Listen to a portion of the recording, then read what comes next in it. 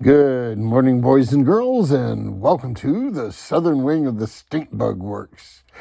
Today, we have something you haven't seen in a while.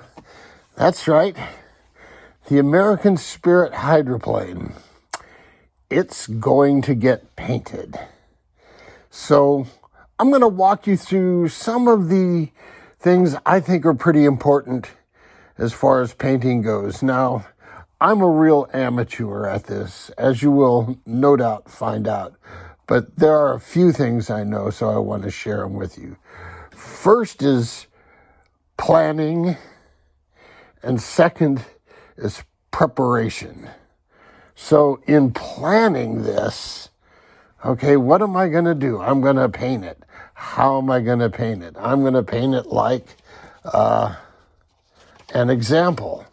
Well, how am I going to achieve that? Well, I'm going to use rattle cans, and I'm going to mask stuff off, and I'm going to paint it. So my plan is the American Spirit.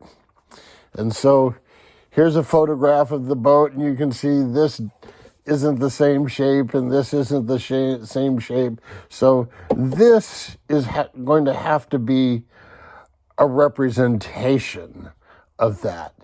It's going to be close, but it's not going to be exact. So I got to thinking before I primed and prepped this thing, just what it would look like. And it's going to look pretty much like this. Here, let's turn it so you can see the appropriate direction. It's going to look something like this.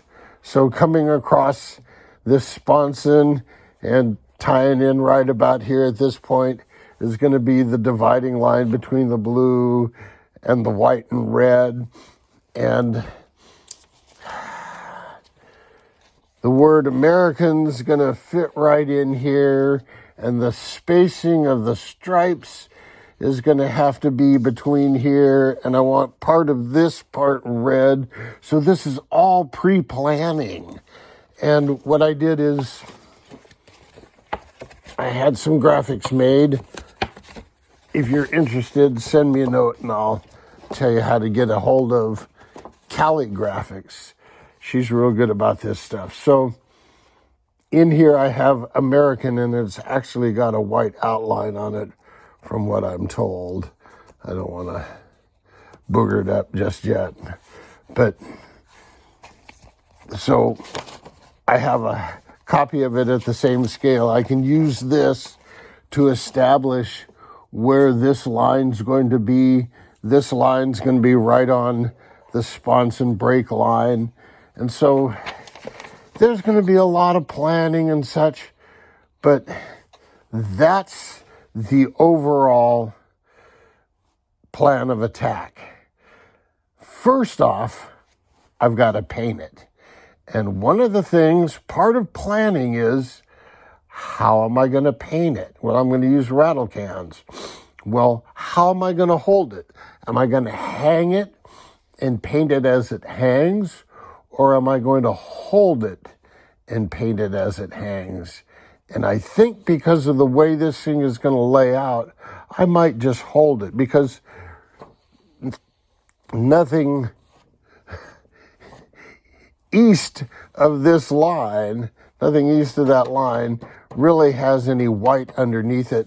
So under here, I can be a little less coverage with the white just to save weight. You know, just a light color coat is all that's going to get. So I'm going to hold the boat here as I paint this part, you know, and get all that I can. And then I'm going to, with my gloved hand, reach in here and hold the hull by the motor mount, being careful not to bang into this, being careful not to touch here, and then I can get this part of the hull and just kind of lightly get a coat of white on it. More or less just a tack coat of the white up here. And as I'm holding it here, I'll spray a tack coat Then I'll spray the tack coat up here. I can't do that. Nope. I'll spray the tack coat, spray a heavier coat, hold it here, spray a tack coat, hang it up to dry. That should do all the white. My plans are keep it as thin as I can on the bottom, but just enough to get coverage. I'll probably wind up coming back and doing a little sanding back and so forth here on the ride pads. But, we'll see how it progresses. So that's my plan there. Now, let's go over here and I'll show you one more part. Well, we'll talk about another part of preparation. Part of it is sanding out the rough spots. I just felt a little rough spot there. And then before you go to paint it, now this primer has been cooking off for months, so it's good and hard and won't dissolve under rubbing alcohol. Sometimes if the paint hasn't set for a while, rubbing alcohol becomes a problem. But before I paint it, I like to give everything a wipe down with some rubbing alcohol. Denatured alcohol works too. I use rubbing alcohol because I have it handy here.